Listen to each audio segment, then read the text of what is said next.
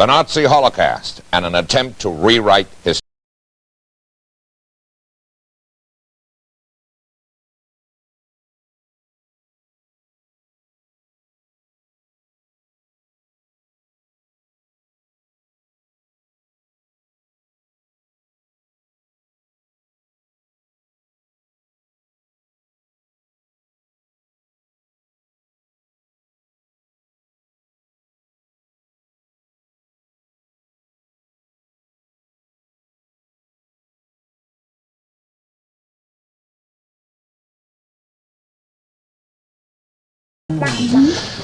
I want to take you back to the end of the Second World War. The pictures of the death camps were starting to fade from the memories of people.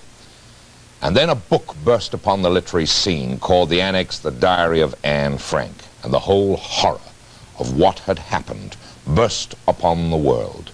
We went to her home in Amsterdam. The Canadian Mosaic, a concept that mixes heritage and national backgrounds in equal amounts without suppressing one in favor of another. The people of Canada are encouraged, nay exhorted, to maintain the ideals and traditions they've brought with them from other countries in an atmosphere of tolerance. But there are some people in our society who feel that this is not entirely as it should be, and would seek to protect their interests from falling to simply one in the crowd. To these people, differences become points of contention. To some, they are seen as purveyors of hate. To themselves, they are seen as the voice of truth. But truth is a nebulous term when it concerns concepts rather than events. The prime element can become personal interest and self-indulgence in the place of firm reality. Many decades ago, a society set a goal of solidarity through hate and racism. They sought to eliminate entire racial and political groups from their midst by viciously inhuman methods, even by the standards of conduct in war. This emotion of hate is a volatile and dangerous one, for it can become all-consuming, and in its furor, suffocate reason. Over 400,000 people visit this rather modest by Amsterdam standards home beside a canal in the downtown area of this marvelous old city. It is the home where little Anne Frank, with her family, hid out for many, many years during the German occupation. Now, her father had brought the family here from Germany when Hitler came to power. He was a herb merchant. When the deportation of the Jews started, he commenced to build an annex on the upper floors. And then when the deportation really came about, they being Jews, he hid himself, his wife, his children in that annex for some 25 long months. The children had to do their schoolwork every day, and of course Anne, on her 13th birthday, started this famous diary. It recounted life, her feelings of life, her joy of life, despite the great tension that she and her mother and father were living under. These are the houses that she looked out. The windows, she looked out onto these houses every day. She could never leave the house. And then suddenly, 25 months after they'd been in that annex, behind that hinged, false cupboard, that door, they must have been denounced. The German police arrived here with some Dutch cohorts. They smashed their way in, threw open the secret door, so to speak, and the Frank family were deported on the last train to Auschwitz to leave this part of Holland. Several members of the family died in Auschwitz. The two Frank girls, Anne and her sister, went to Belsen. There in 1945, because that camp was full of prisoners from all the other death camps who were still alive, both girls caught typhus and died. Mr. Frank eventually came back to Amsterdam. One of the stenographers, one of the typists, had kept Anne's diary that had been thrown on the floor by German policemen when they were arrested. He thought, this has got to be published. It was, and it was called, as Anne would have wanted it to be called, the Annex, where she and her family lived all those 25 months. The book became an international bestseller, has been printed in almost every known language. Millions upon millions of copies have been sold. And Anne, in her diaries, if you may remember, if you read them, said she wanted to become a famous journalist and then a famous authoress. She got her wish.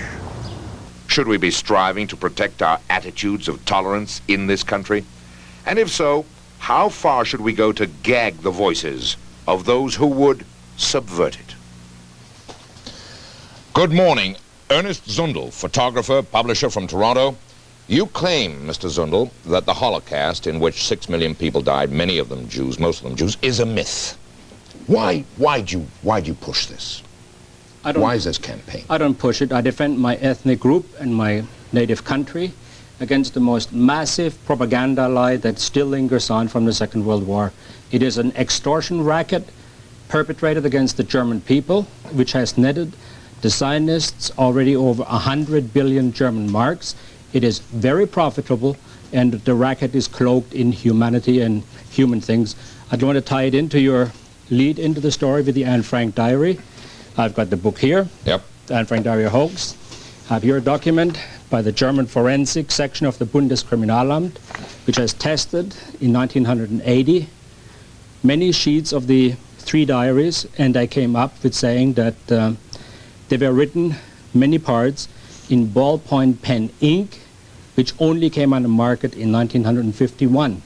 So the writer of the diary was alive in 1951, so either Anne wasn't the writer, or she was alive and not dead. All right, let's get back to this German myth. Government document. Let's get back to this myth that you say, that 6 million people, most of them Jews, did not die.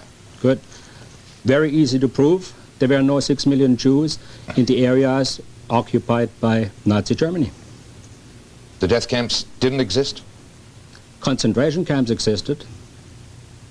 Why did the German government, the West German government, pay all these billions of Deutschmarks in reparation if it did not feel that there was some validity?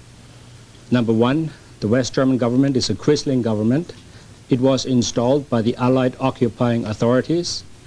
It was hand-picked, and all opposition parties that could have represented Germany properly were banned from exercising their political rights. Millions of Germans had lost their rights to vote. The governing party, the ruling elite in Germany, the National Socialist government and its organizations, were banned from the democratic process. What we are having in West Germany is what we are having in East Germany, is what we are having in Poland, Hungary, Latvia, and so on, occupation governments, and you don't see the Latvians or the Ukrainians or the Hungarians rebelling too much against the Soviet Union. And it's the same thing in West Germany. You must also understand that the Germans were not allowed to trade on the international markets until the military governor of Germany, John J. McCloy, forced Konrad Adenauer to sign quasi a confession for the German nation that they were guilty of murdering millions of Jews. Until the Treaty of Luxembourg was signed, the German government published a handbook until 1952 in which it said that only 300-some thousand people died in German concentration camps, including Jews. All right. Mr. Zundel, when we get back, you will meet Mrs. Sabina Citron, who is from the Holocaust Remembrance Association. She's one of the founders and a survivor of Auschwitz. We'll be back.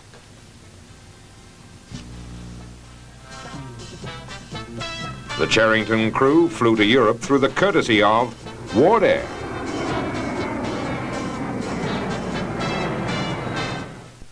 Good morning, Mrs. Citron. You want to stop Ernst Zundel, stop him mailing stuff all over the world.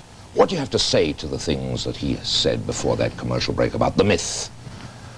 Well, I would like to say from the outset that I didn't come here to engage in a polemic with this person. There is no way that I'm going to engage in that. I will touch on the things that he No, just a second, Mr. Zundel, let her answer. That he referred to, but I'm going to speak to you and to your audience, but not directly to this person. I think it's demeaning even to credit any of the rantings with with an answer. He took his mentors very, very seriously. Both Hitler and Goebbels felt that the greater the lie, the most likely people are to believe it. And if you repeat a lie often enough, people will eventually believe it. And this is apparently the way this man is thinking and operating. see, in order to understand what this propaganda is trying to do, one has to also be quite familiar with the propaganda of Hitler and Goebbels, and at the same time follow it for some time in order to come up with a pattern. You see, when I first saw some of the things, I couldn't quite understand what was happening.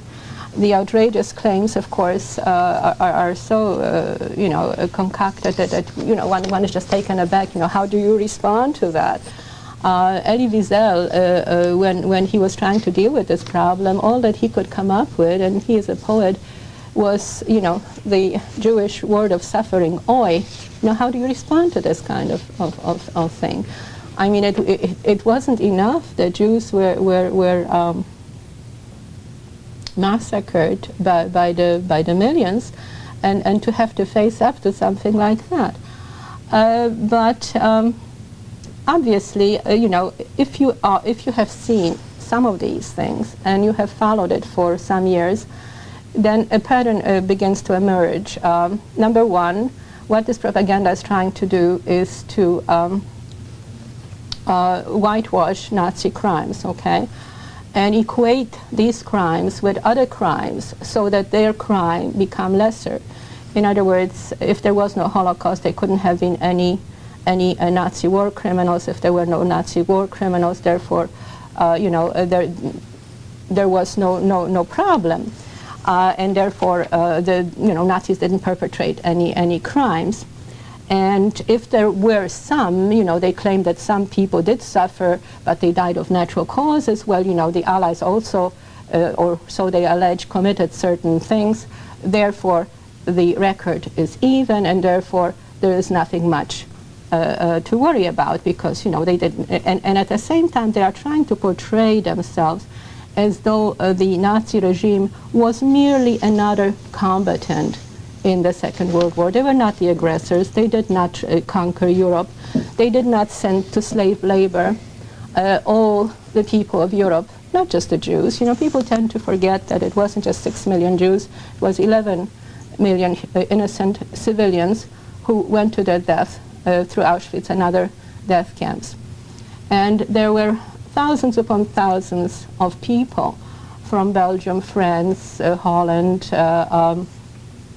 East Europe, you name it, who were sent to slave labor camps, who were not Jews. This question is also being forgotten completely.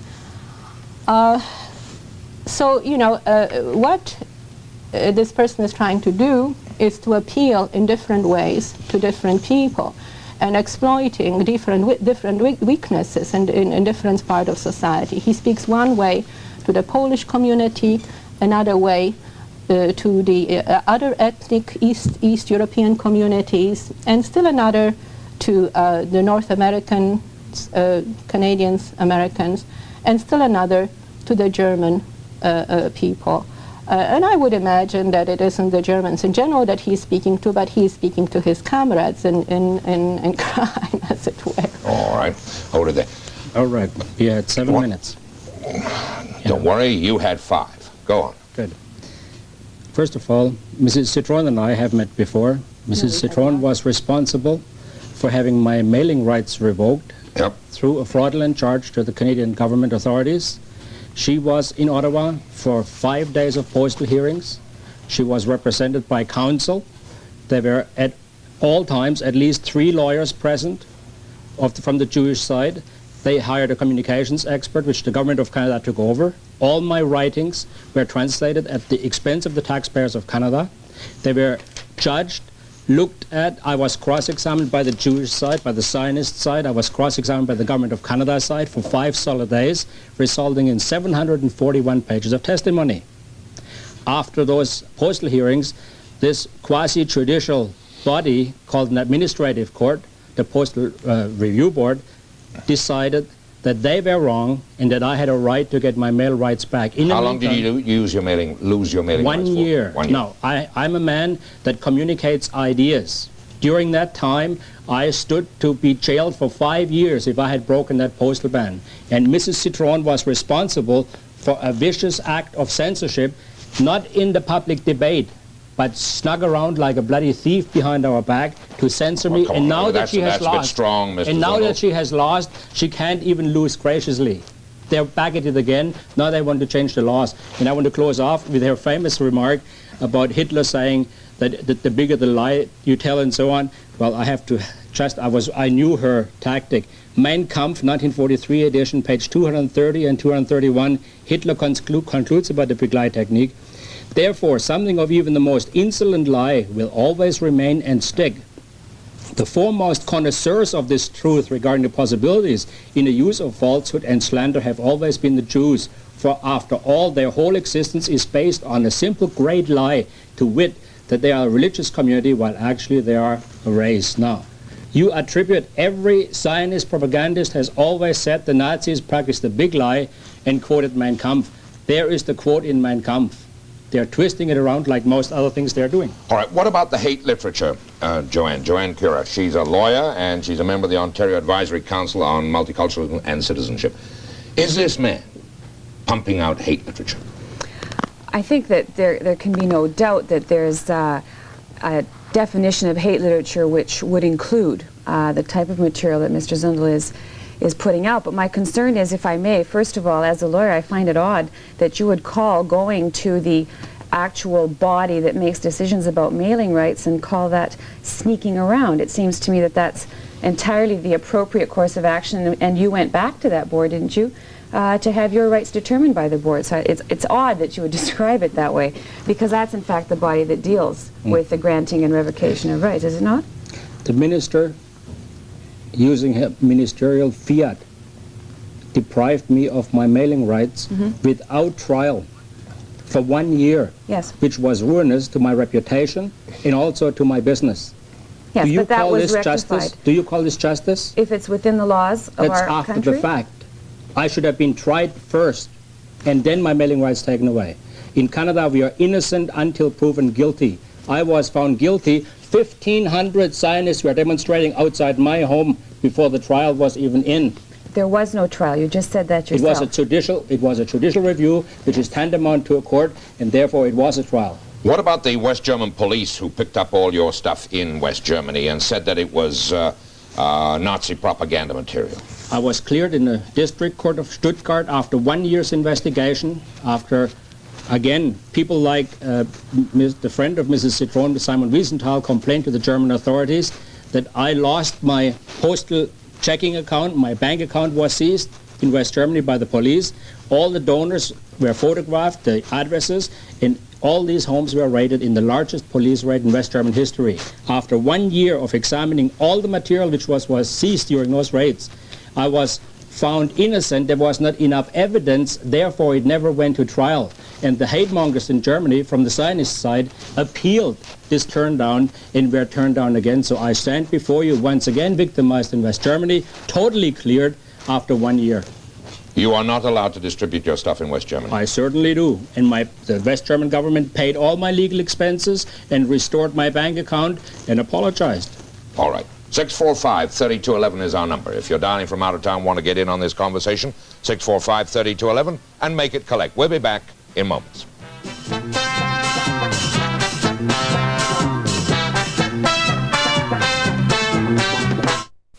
We have reached the Consul General for the Federal Republic of Germany, Dr. Ernst Koch. Good morning, Doctor. How are you? Fine, thank you. How are you, Tom? Not bad. We have just heard Mr. Ernst Zundel call the government that you represent a quisling government. And that's why this quisling government has paid all the reparations to Israel because of the Holocaust. What do you say to that, sir? Well, I don't know what you understand by quisling government. You know, we are of the opinion that the crimes committed by the Nazis against the Jews require a recompensation morally and also on the materialistic side. And all federal governments, starting with Federal Chancellor Adenauer till today, have shared this opinion. So I don't see any justification for the assertion you just mentioned. Have you asked the Canadian government to stop Mr. Zundel's shipments of literature and whatnot to West Germany? No, not that I know of. Do you have any questions for the Council? Mr. Zundel. You know, Dr. Koch, every government that imposes an occupation usually has its quislings. Are you familiar with the Überleitungsvertrag and with the Treaty of Luxembourg? Yes, of course. Are you aware Yes. how the Zionists pressured the German government for these reparations payments? No, and I'm how not aware. No, You're not I'm aware not of that? aware, and I'm not willing to discuss that with you. Then I recommend to you some books put out by some Jewish authors called Germany's Road to Israel, for instance, in which they spill all the details. Dr. Koch, is Mr. Zundel the main source of this Nazi propaganda material coming into Europe and going to, what, many other countries of the world? Is he the main one? Well, that I don't know whether he's the main one. What are you concerned in the West German Republic about the rise of Nazism? I read of gangs of youths going around, especially at football matches. Well, we are concerned to a certain extent, but only to a limited extent, because when you look at the figures during the recent elections, Yeah. they indicate very clearly that this movement is not in the upswing on the political side. We have in Germany, the main representative is the National German Democratic Party. And this party received in 1976 in the federal election 0.3% of the votes. And in 1980 and in the recent election on the 6th of March of this year, they received each time 0.2% of the votes. So this is not a very disquieting development, although we know we have some problems with the hardcore of these people. How about the continuing search by the West German government and other agencies for former Nazis? Has this been given the priority you feel that that it deserves? Oh yes, of course it did, but you know it is very difficult now to bring them to court after 40 years which have elapsed since these terrible events. Do you have any questions, Mrs. Citron, for the West German consul? This is Mrs. Sabina Citron of the Holocaust Remembrance Association. Yeah.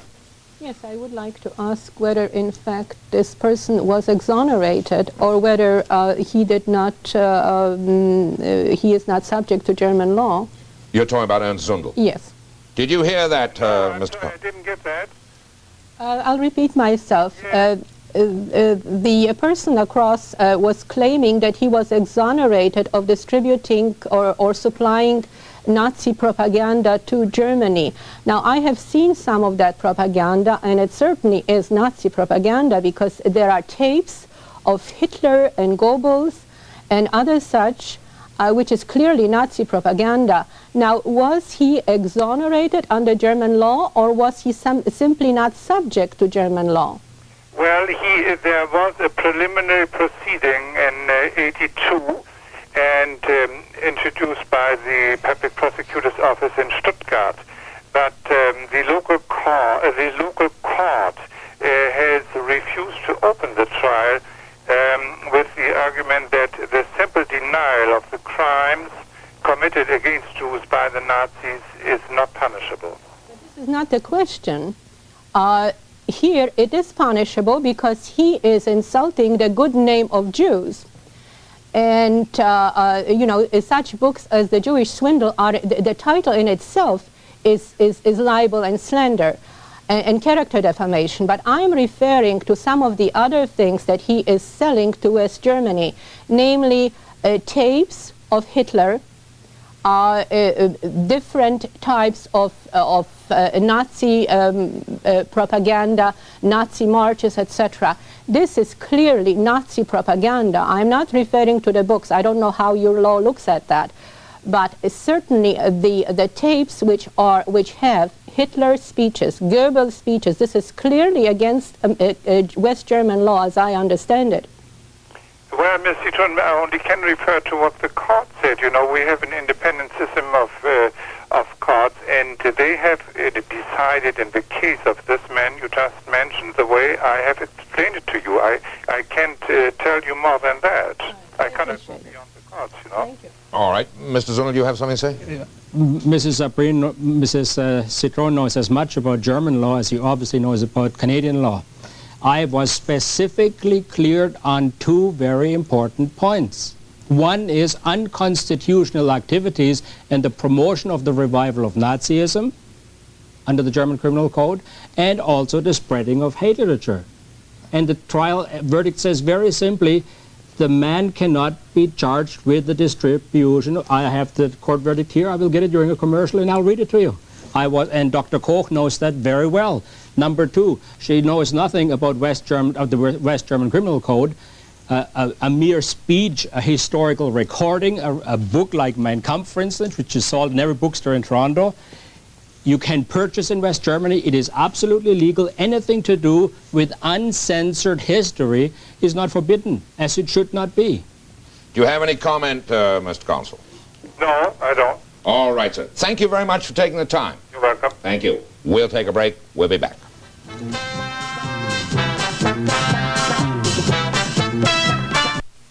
We have on the line now Alan Borovoy, well-known leader of the Civil Liberties Association. Good morning, Mr. Borovoy. Long time since I've spoken to you. That's right, I've missed you.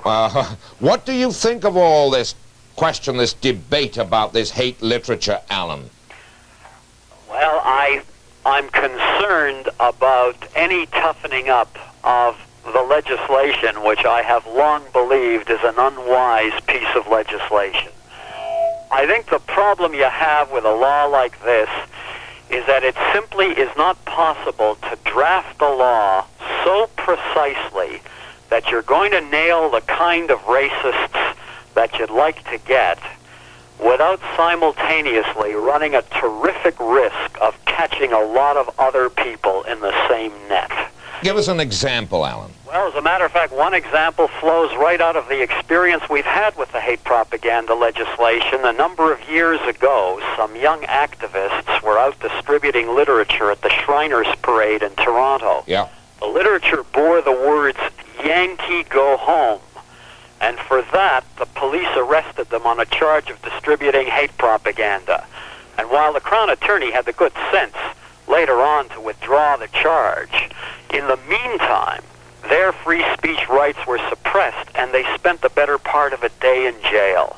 That's a risk which I don't think a democratic society ought to take against people of that kind. And that's what happens with laws like this, because you can't draft it precisely. So there's got to be, there will be people who can get away with mayhem, so to speak, because of the rights of the majority. Is that what you're saying? No, I think what it says is that you've always got to evaluate the dangers that you face. At the moment in Canada, the kind of racists who are putting out some of this vile literature, fortunately, are hovering on the periphery of our society. They're marginal creeps. They haven't really made an impact on our society. And if I have to choose then between going gung-ho to get them, and in the course of doing it, imperiling the freedoms of a lot of other people, I'm saying it's not worth it.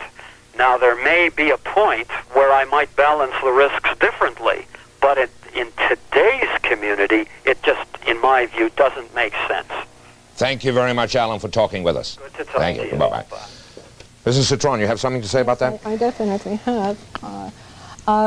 First of all, the example which Mr. Borovoy gave, Yankee Go Home, right, is not threatening to anyone. The Americans are not a minority, and they have never been attacked the way the Jews have been attacked throughout history, and they have no concern to their image. I mean, any judge could very easily see that, and we could, even if there was a judge and a jury, they could very easily dismiss that sort of thing. We are talking about incitement to hatred and violence against minorities, and Jews have suffered sufficiently under hate propaganda, which goes back many, many centuries, and they have been subjected to different forms of discrimination and persecution for centuries. We, after the Holocaust, do not choose any longer to accept the fact that society cannot function except where anti-Semitism exists. We no longer want that sort of thing. I don't want to be attacked ever again, my good name should not be tarnished ever again by anybody. I have the same rights as anybody else in this community, and I will not permit anyone to use slander and character defamation against me. Certainly, every person in this community has the same right, and I consider myself completely emancipated, and I have that right. But you wanted to say something very quickly about Mr. Zundel's remarks about the Postmaster General. Yes. It's very interesting. It seems to me that my experience there in Ottawa was very useful, because it became very clear that truth has nothing to do with this man's activity.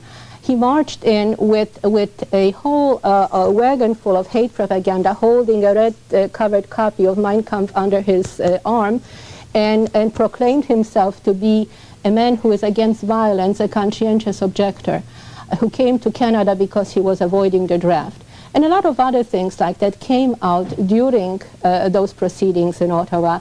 He has, it was pointed out to him, if you are a conscientious objector, what have you done upon arrival in Canada, going immediately to a person who is who was at that time a known Nazi, namely Adrian Arcand. He no longer is alive. A number of other things have been pointed out, namely that this man wrote a book, The Hitler We Loved and Why, a book which he has denied writing. He wrote it under a pseudonym, a pen name, Christoph Friedrich. He has written a number of other things under that name, which clearly identifies him as a rabid racist who expounds the same kind of thing as the Nazis themselves did. And he portrayed himself, under oath, etc., as a conscientious objector. Truth has nothing to do with the activities of this man. Ernst Zundel, are you a Nazi? No, I'm not a Nazi.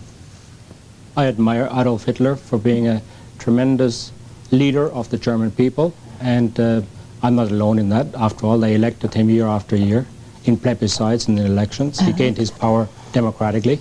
And John Toland, the historian who has written 5 books, some totaling up to 2,000 pages in double issues, said that if Adolf Hitler had died in 1938, he would have entered the pages of European history as the greatest European statesman of his time. Now, I make no apologies for that. The Zionist community and many Jews in North America just adore Menachem Begin, and now they adore Yitzhak Shamir, known terrorists and murderers. So, if they can admire their murderers, why can't I say Adolf Hitler was a great genius? Also, as to her research, once again, it's a little lacking, as it was always. I met Advi Arkain in 1962 as a journalist, interviewing him for the first time. That was 3 years after I came to Canada. Were you a conscientious objector as such? I saw that the military draft was coming up. I believed in the Holocaust. I believed the Germans killed all those Jews just because they were Jews. And I did want to have nothing to do with a country that would do that. And so when the American occupation government pressured the German Quisling government into using my body again in an Allied uniform this time, using Nazi generals in the West German army, but now they're Quislings, I decided I'm going to go someplace where there is no army. And Canada was the only country in the whole world where a young man with a troubled conscience and a pacifist could go to. And Mrs. Citron, I want to tell you, I am still a pacifist today. I have never advocated violence. I have been completely cleared of that. But aren't you frightened as a pacifist, Mr. Zundel, that your writings, your mailings, might rekindle all this business? Mr. Charrington, I have been a writer, a freelance writer for 20 years. Not a single hair has been twisted or hurt on a Jewish head. I have defended my ethnic group against massive Zionist slander by people such as Mordecai Richler, who said in a Toronto Star interview that the Germans boiled Jewish babies in the fat of their parents. And a full-page story by another Holocaust survivor who said she was forced in Auschwitz to eat human stew. No, I defend my ethnic group. I came here believing in the Holocaust. in all the lies that are being told that are supposedly history. You were saying in the beginning we are going to rewrite history. I'm not I said you were going to rewrite. I'm not rewriting history. I'm trying to write history. What we have now is World War II hate propaganda posing as history. This is fake history. It has nothing to do with Then history. why hasn't there been a massive resurgence of your kind of philosophy in West Germany? Mr. Charrington, I have known you since 1961 when you were first on CKGM in Montreal. You know my career. Would any normal person stick his head out like me and get trampled on, get his postal rights banned, get himself banned in front of government, get accused by Mrs. Cipron to be something tantamount to the devil? It's ridiculous. Of course, regular people don't go into this. They have families to raise, mortgages to pay. Only I can afford to do it so far. We'll be back.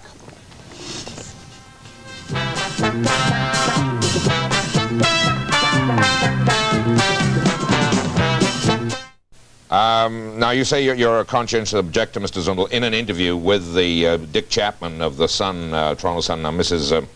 Citron gave this to me. The Bond government has never been legitimized by the people. We would certainly execute several hundred of the current crop of leaders in West Germany. That's right. A pacifist? Of course. That just means every pacifist is a patsy, you know? But when does a pacifist turn to executing? I'm a militant pacifist. When I talked about pacifism, it was strictly in the military sense. In the military sense? Absolutely. Traitors. You know, traitors are a totally different thing. What do I hear? A new term? A new term, yes, military pacifism. Have you ever heard that before? No, I can't say I have. Well, there you go. I always told you I was creative. Very.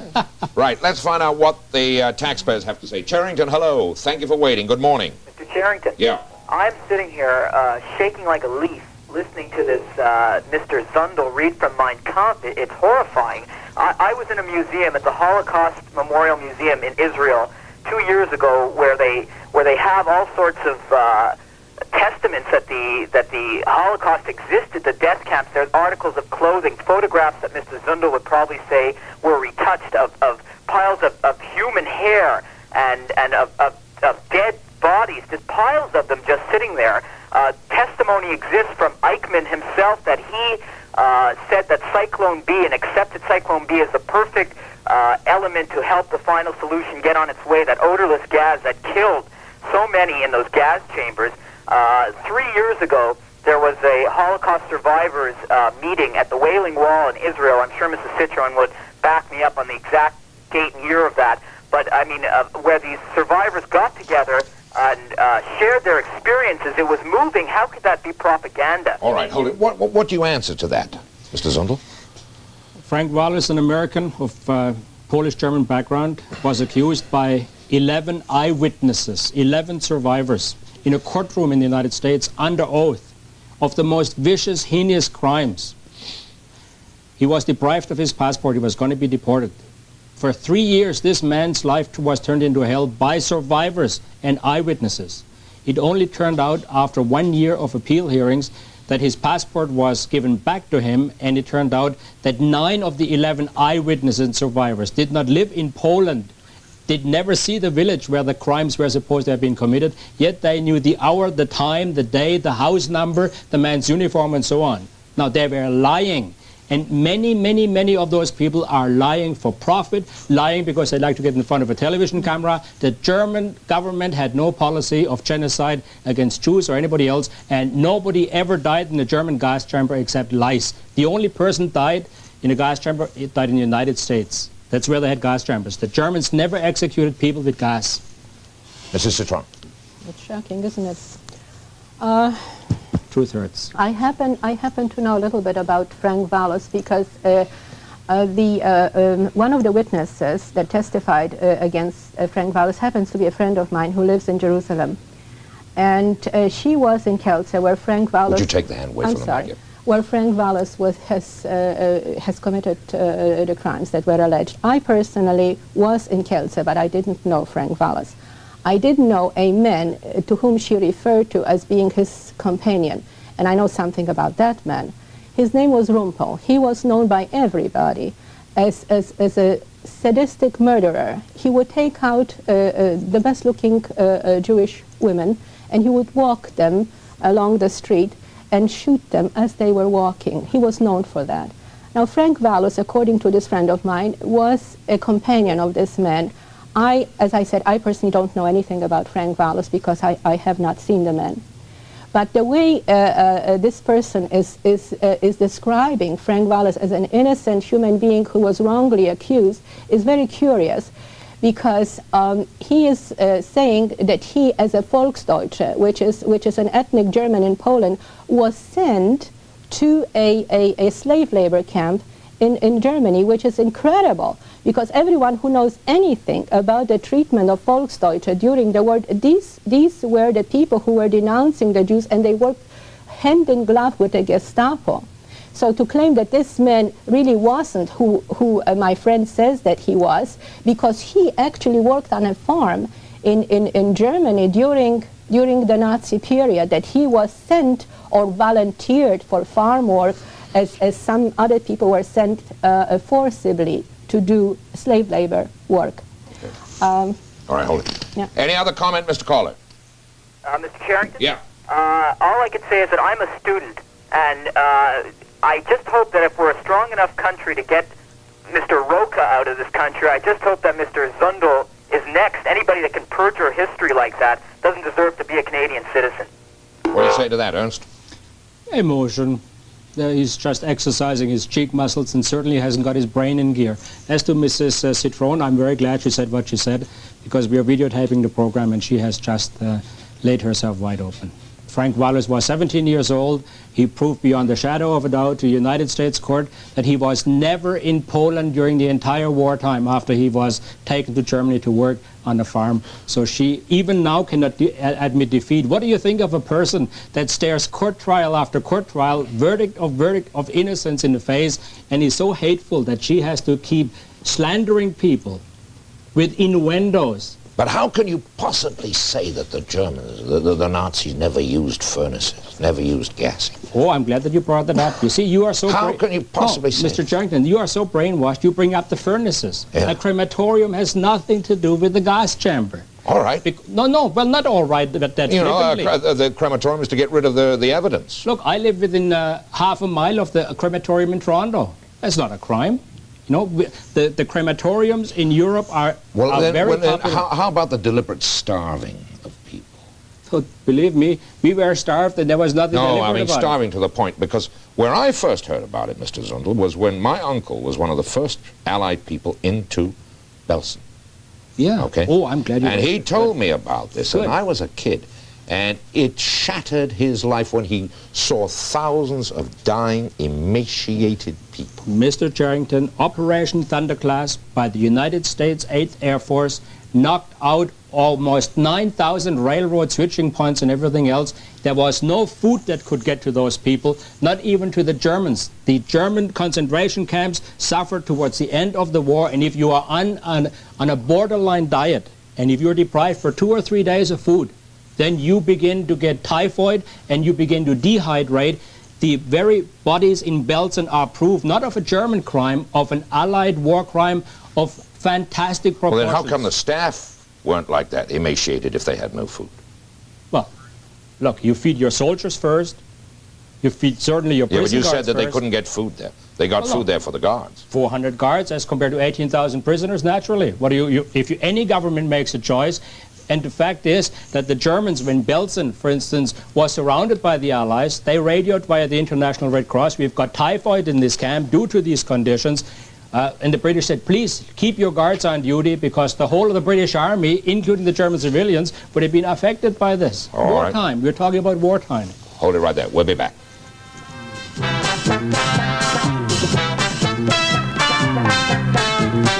Mrs. Citron, yes. During the commercial break you mentioned the word garbage.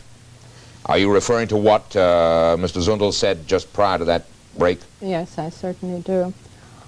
He also said during the break that he doesn't take kindly to certain accusations. In 1978, he threatened Mark Bronakowski of the Toronto Sun with a lawsuit for claiming that he wrote the book "The Hitler We Loved and Why." At that time, he denied having written that book, and he wanted to threaten him with a lawsuit. He said, "We Germans don't take kindly to this kind of libel and slander." Now, he has subsequently admitted to having written the book. Not only that, That's an absolute lie, Mrs. Citron. Mr. You're lying Charrington, again. Just a sec. You if give I me may- the instant. No, you give me the instant when I said that and admitted it. Right now. Right now. He has Hold it right there, Mr. during the hearings in Ottawa that yes, he used that name. This is his middle name, Christoph Friedrich, and he used that name on certain publications. Furthermore, some of his other tracts have his name. You see, he claimed to have run for Prime Minister of Canada some years ago, and he ran as Christoph Friedrich. Okay, and he bragged about having run for the Prime Minister of Canada. Now you can imagine that he thinks he is clever, but he is not really all that clever, because if he could have made such a silly mistake, while on the one hand claiming to have never written a book about the Hitler we loved and why, and on the other hand using the same name that he wrote the book under to run for the Prime Minister of Canada. And this he has bragged about during the hearing in Ottawa. True or false? I have garbled, as per usual, half-truths. I have got the postal hearing transcript here, 741 pages. If you wish, we can look it up and find out. What I said in Ottawa is very clearly that I contributed pictures, which I do quite regularly. I sell advertising agencies, pictures, soundtracks of Nazi speeches and so on for commercials, and that's what I did to this publishing house in the United States. What about the statements that Mr. Zundel made about the death camps? You were in Auschwitz. You were a little girl. Look, there are documents all over the world for anyone with half an intelligence who can find these documents. I don't credit this man with a great deal of intelligence, but surely enough to be able to do some research if he was serious about trying to document what has happened. Look, Hitler said in 1939, after having entered Czechoslovakia, that if the Jews are going to start the Second World War, and remember this was January 30th, 1939, when he was preparing to occupy Poland and to push eastwards to occupy all of Europe, he has said at that time that if the Jews are going to start the Second World War, he will see to it that they will be annihilated. Only people didn't believe it at that time. Now this man is making a similar claim, okay, that the Jews will be responsible for the Third World War, that there is a Jewish conspiracy going on, that they are behind God knows what. They are communists, they are capitalists, they are everything. The devil incarnate. Similar propaganda to Hitler's propaganda. All right. How serious can we take this, man? Okay, we've got to take a break. 645-3211. We'll be back talking about this whole question of hate literature, racism, the Holocaust, with our guests in a matter of moments.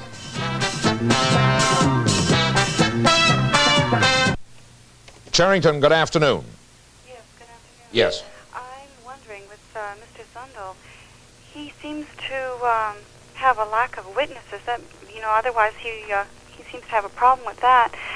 He doesn't seem as if his research is as thorough as it could be. If he had gone to Poland, I know my uncle, for instance, was in Auschwitz. My uncle was a Roman Catholic Pole, nothing to do with Jewish people at all. Yeah. But he was in charge of loading bodies onto trucks, dead bodies, truck after truck after truck. And if my uncle was doing that, there must have been many others who were doing the same thing. Now, where are those witnesses? Would they convince Mr. Zundel? My mother trained from labor camp to labor camp. From train station to train station, there would often be huts, jam-packed with people, holding each other up. They were dead, but they were holding each other up because they were so jam-packed in those little huts. What about those people? My mother was Russian Orthodox, nothing to do with Jewish people at all. What about witnesses like her? Why doesn't he believe them? All right, hold on. He'll answer you. Go ahead, Mr. Zundel. My mother happens to have been a Red Cross nurse during the Second World War. She picked up all kinds of bodies after the bombing raids. Did that confirm gassing or extermination? No, but It that's bombing confirmed. rates. What about in the camps? Well, in the camps, This lady's talking about the I'm camps. coming to that. My father was a Red Cross medic. He was picking up German dead from all over the battlefields of Europe. No issue that I'm going to accuse the Americans or the Canadians of exterminating those German soldiers. People in those camps died, that's true. There's not a German that is proud of it. I'm not proud of it. I'm ashamed of it. We should have done better, given these people better care, better food. First of all, they should not have been there, maybe. But the fact is, there were concentration camps everywhere. The Japanese had their incarcerations in America and Canada, and the Germans put Jews in German concentration camps and others. Now, people died in those German concentration camps. But they died from natural causes and not from a genocidal thrust? The International Red Cross, located in Arleston, the statistical office for the International Red Cross, has got a statistic giving you every death in the German concentration camp. It amounts to, inside the camp, to 271,000 people and a few, on farms and in outside industrial plants to another 90-some thousand. So there's about 350,000 people who died in German concentration camps. Not 1 million, not 6 million, not 10 million or 11 million. It's a grotesque lie. What do you say to that, ma'am? Oh, I think this gentleman here, I'm sorry, I'm just so angry I can barely speak sensibly, but seems this gentleman is trying to get himself into the footnotes of history with his own brand of propaganda and lies. You? Any comment? Yes, certainly.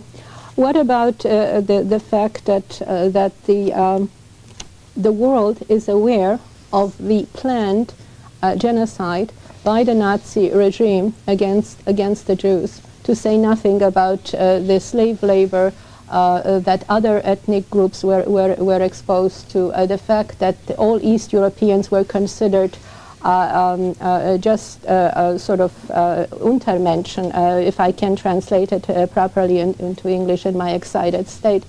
They were considered less than human, the Slavic people and so on. And the final solution to the Jewish question was referred to in many documents, and it certainly doesn't need elaborating by me. I consider it demeaning to even try and dignify this kind of nonsense that this person is spouting. Charrington, good afternoon. Yes, good afternoon, sir. Yeah. My name is Andrew Zarowski. I live in Toronto. I'm 53 years of age. In the summer of 1942, I lived with my mother in a village of Kamien, 3 kilometers east of Pohosz-Zachorodzki, was a little town in the eastern Poland. Yep. At one moment, I had a friend about my age. His name was George Stopinski. He was the son of a local teacher. Yep. He ran over to me and he says, Andrew, come. The Germans are going to be shooting the Jews from Pohosz-Zachorodzki, and they're leading them to the Jewish cemetery. Yeah. When my mother overheard this, and of course she didn't want me to be a witness to that, so she locked me up in the room. But George went around and opened the door, and away we went. We followed the procession. There were 42 Jews praying with their hats on and whatever. There were 2 young men about our age. The rest of them were teenagers and older people. The Germans were on a back horse. They were leading those Jews. They were walking through the village. And at the back of the procession, the Germans were pulling a heavy machine gun. We followed them right through the village, past the Christian Orthodox cemetery, and then another half a kilometer there was a Jewish cemetery, and past that cemetery there was a large grave, about say 45 feet long, about 25 feet wide, about 3 or 4 feet deep. Now there was, beside this grave, there was a hall. All the Jews had a yellow patches or a stars of David. Yeah. And then they were told to take their clothes off and throw it in that hall. So they were actually in their underwear. Then the first party was 12. They had to step down into this grave, and then the machine gun was ordered to shoot them. I saw the whole thing with my own eyes. They were shot. They were still moving and jerking in this grave. Then another party of Twain, and another party of Twain, another party of Twain, and they were just shot down cold blood. One guy was trying to run. We were hiding in the bush, and as he ran, he was trying to run, he was running in our thing, and the Germans started shooting at him, and of course they killed him before he got to the All right, hold it right there. What do you say to that, Mr. Zundel? That man undoubtedly witnessed an event of war, and the Germans did shoot partisans and people who were saboteurs and so on. Were these saboteurs or partisans, Mr. Caller? Sir, I insist. Again, I'm a Polish, I'm a Roman Catholic, I'm a member of the Roncesvalles here parish, right? I'm not Jewish whatsoever. These Jews were separated from the ghetto in Pohoz-Zakhorodsky from the women. The women were taken somewhere else, to the concentration camps, wherever. But the men were not partisans because they were confined behind the barbed wires, behind the designated So they were area, not they were not partisans and shot in the cold blood. All right, they were not partisans or saboteurs. Absolutely not. They were people that were confined in a ghetto. Yes. Say something. Yeah, go ahead. It's a well-known fact which has been testified to by the perpetrators themselves. The Einsatzgruppen were famous for their mass killings by the special Nazi killing units. They were killing thousands upon thousands of people, men, women, and children in Eastern Europe. This was before the gas chambers were invented. And these people were run to their death. What about Babi Yar? But apart from that, the testimony of the perpetrators themselves, there are names of people, the documents which were preserved from the Nazi time themselves, where they have given a rundown of how many people were killed, when, on what day, and so on. But there is another thing that I wanted to bring out. I'm just too upset. All right. Thank you for your call. Let's take another one. Charrington, hello. Hello, Mr. Charrington. Yeah. I've always been a firm believer in freedom of the press, and that goes for writing books, etc., not just newspapers. But the more I listen to this, I'll call him a gentleman, the more I think I have to reconsider my thoughts on that. And in the second place, he claims he's not a Nazi. Right? Yep. Okay, if he's not a Nazi and he's speaking for the German people, then I feel very sorry for some of my German friends who have to sit and listen to him. Hold it right there, ma'am. Are you speaking for the German people? Never made such a claim whatsoever. Some Germans would be horrified to hear me say what I'm saying. But 20 years ago, 25 years ago, I would have been horrified to hear somebody like myself also. That was before I learned that I'd been lied to my entire life. How did you learn this? In Canada, I had to come to this country where the libraries have not been cleaned out by the Quisling government. It is in Canada and America where these facts are only available. I have great difficulty in conversing about this topic in German because all my studies were done in English.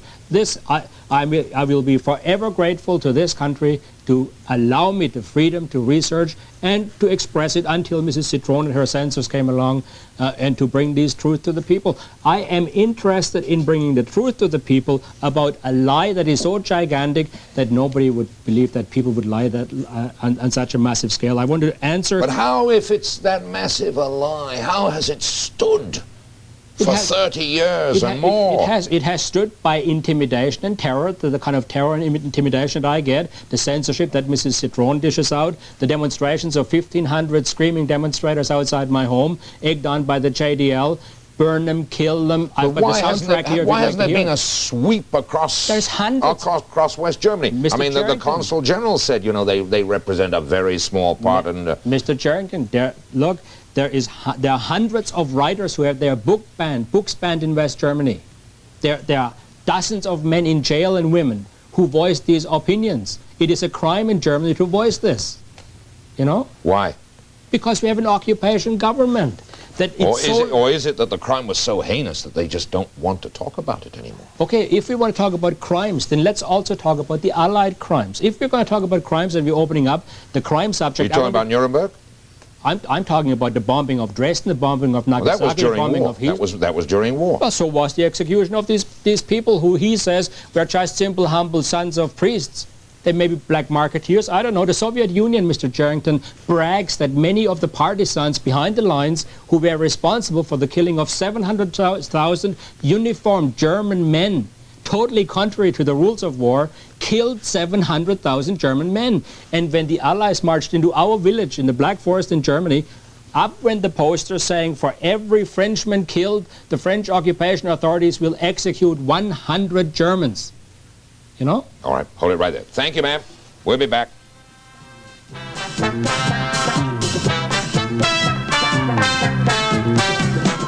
You have some problems with identifying some of the people who have come up propagating that it was a myth. Oh, I have no problem with them. You have, I mean, as to their veracity, you have the problem. Well, no, not at all. I think they are known propagandists, and this man is only referring to them as experts. There's a Professor Farizot who has been taken to court in Lyon, France, and was thrown out of the university where he was teaching. This is one of his experts, and was given a year suspended sentence for distorting history. France has legislation dealing with distortion of history, and for incitement to hatred and violence. Now, the other expert, a so-called Richard Harwood, was supposed to have been a professor at the University of London in England. He was never heard of at that university. Furthermore, the book which referred to that 6 million really die was supposed to have been published at a certain address in England, and when people checked the address, there was at that address there's no such a thing. It was a private home.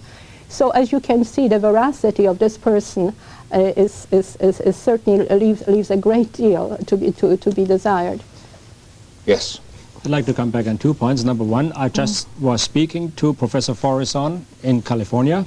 He is out of jail, certainly, and the fact that he was kicked out of a French university will also say something about French freedom of speech and academic freedom and freedom of debate. He is a recognized expert in old texts and documents, and he proved conclusively that in Auschwitz nothing was gassed but lice, because he went there himself personally.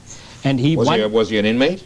No, after the war. You can go there today. He took soil samples, tested it for the famous Cyclone B, went to the local registry where all the buildings plans were housed and everything else. No gas chamber plans, but there was a plan for a doghouse and so on. Now, Farizot won his appeal with the exception of one minor fine, where at one time he was supposed to pay 1,500,000 francs to broadcast his recantation over French radio. Now suddenly he got a slap of the wrist in order to satisfy people like Ms. Citron. Before she mentioned something about self-confessed people in these war crimes trials. There was so much torture, beating, starvation, and psychological pressure, hooding going on during those war crimes trials, even in civilized western part of Europe by the Americans, that the U.S. Congress set up a special committee, Mr. Jerrington, to investigate all these tortures and reprimanded these people and removed some of the interrogators. You're talking about Nuremberg?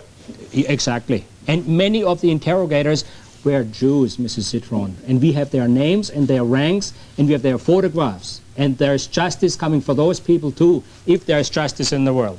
Many of those confessions in Nuremberg were extorted under brutal torture. You mean people like Goering? People like, he was tortured? Of course, Goering wouldn't be tortured. He's such a famous name, but he was most likely killed. Didn't he commit suicide? Didn't he have that cyanide pill in his tooth? After he has been frisked and every body cavity was repeatedly checked and he was x-rayed, suddenly, like magic, he finds a cyanide pill in his cell. Apparently he had it in his tooth. However, I think we've got time for a quick call. Charrington, hello. Hi, I'm a 20-year-old Christian Canadian who I'm just deploring the selection of Mr. Zundel, the guest on your show. His racist, intolerant, anti-Semitic and anti-Israel comments really constitute nothing more than outright pornography and obscenity. I only wish that Mr. Zundel and all Canadians would have the opportunity to visit the gas chambers and ovens in Europe, which were created by fanatic racists like him to exterminate millions of human beings. And in fact, I actually think all Canadians ought to be required to take courses on the Holocaust and to visit the memorials in places like Poland, Germany, and Yad Vashem in Jerusalem, Israel, to understand the vile and obscene nature of Mr. Zundel's hatred. I'm very upset. How dangerous is this man? guess the dangerousness is determined by your understanding of what racism is. I think that if you see what Mr. Zundel says and what he writes as being hate propaganda in the sense that it's racism against a particular group of people, in this case the Jews, then you see that it's the type of propaganda that literally no Canadian will tolerate. The problem is defining it and putting it within that definition of hate propaganda under our laws. And Mr. Zundel is very expert at walking that line very carefully and staying just on the right side of it.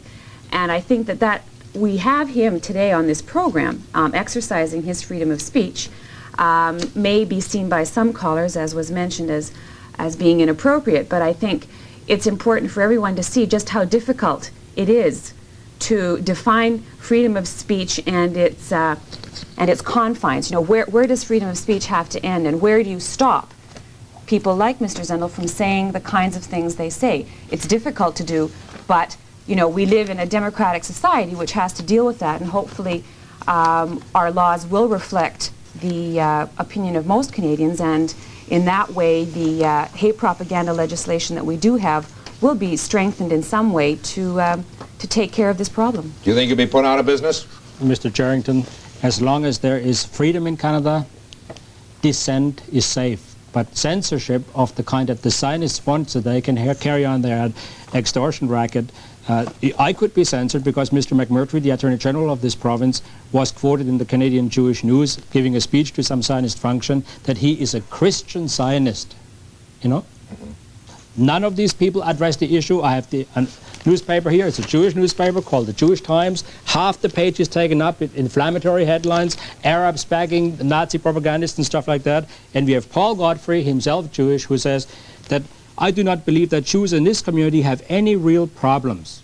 What the problems are people like Mrs. Citron, who are professional agitators who agitate their own community and upset the community at large. She is a survivor of Auschwitz. I'm a survivor of Allied bombing. Am I going to forever blame Canadians and Americans for bombing our villages and towns? We've got to get on with living. What do you say to that, Mrs. Citron? I can say that up until now this man was allowed to abuse freedom of expression.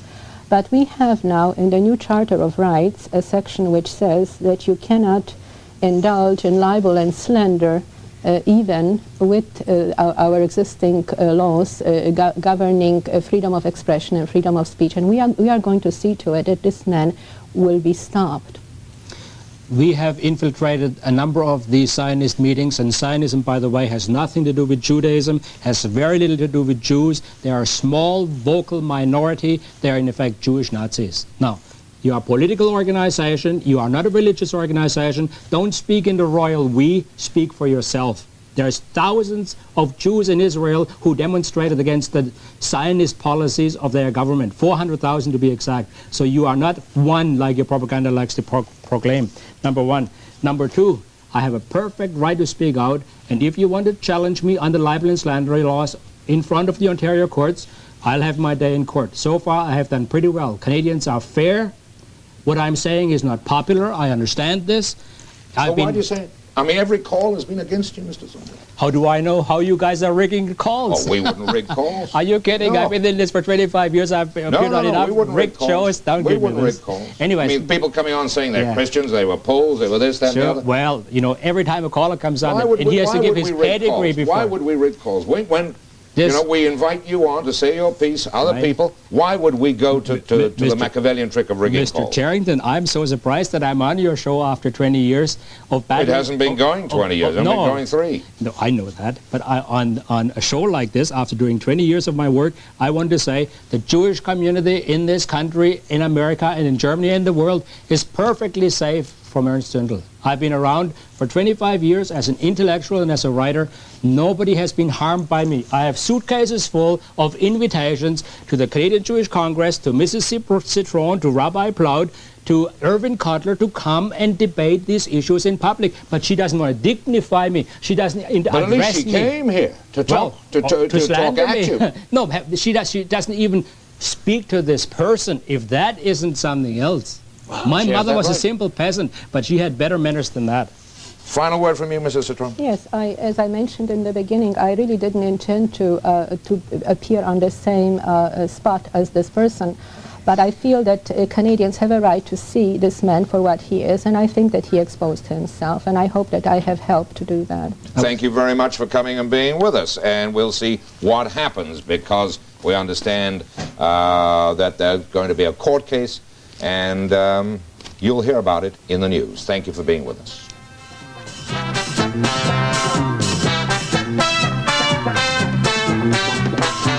My goodness me, an emotional show, and you heard both sides of the story.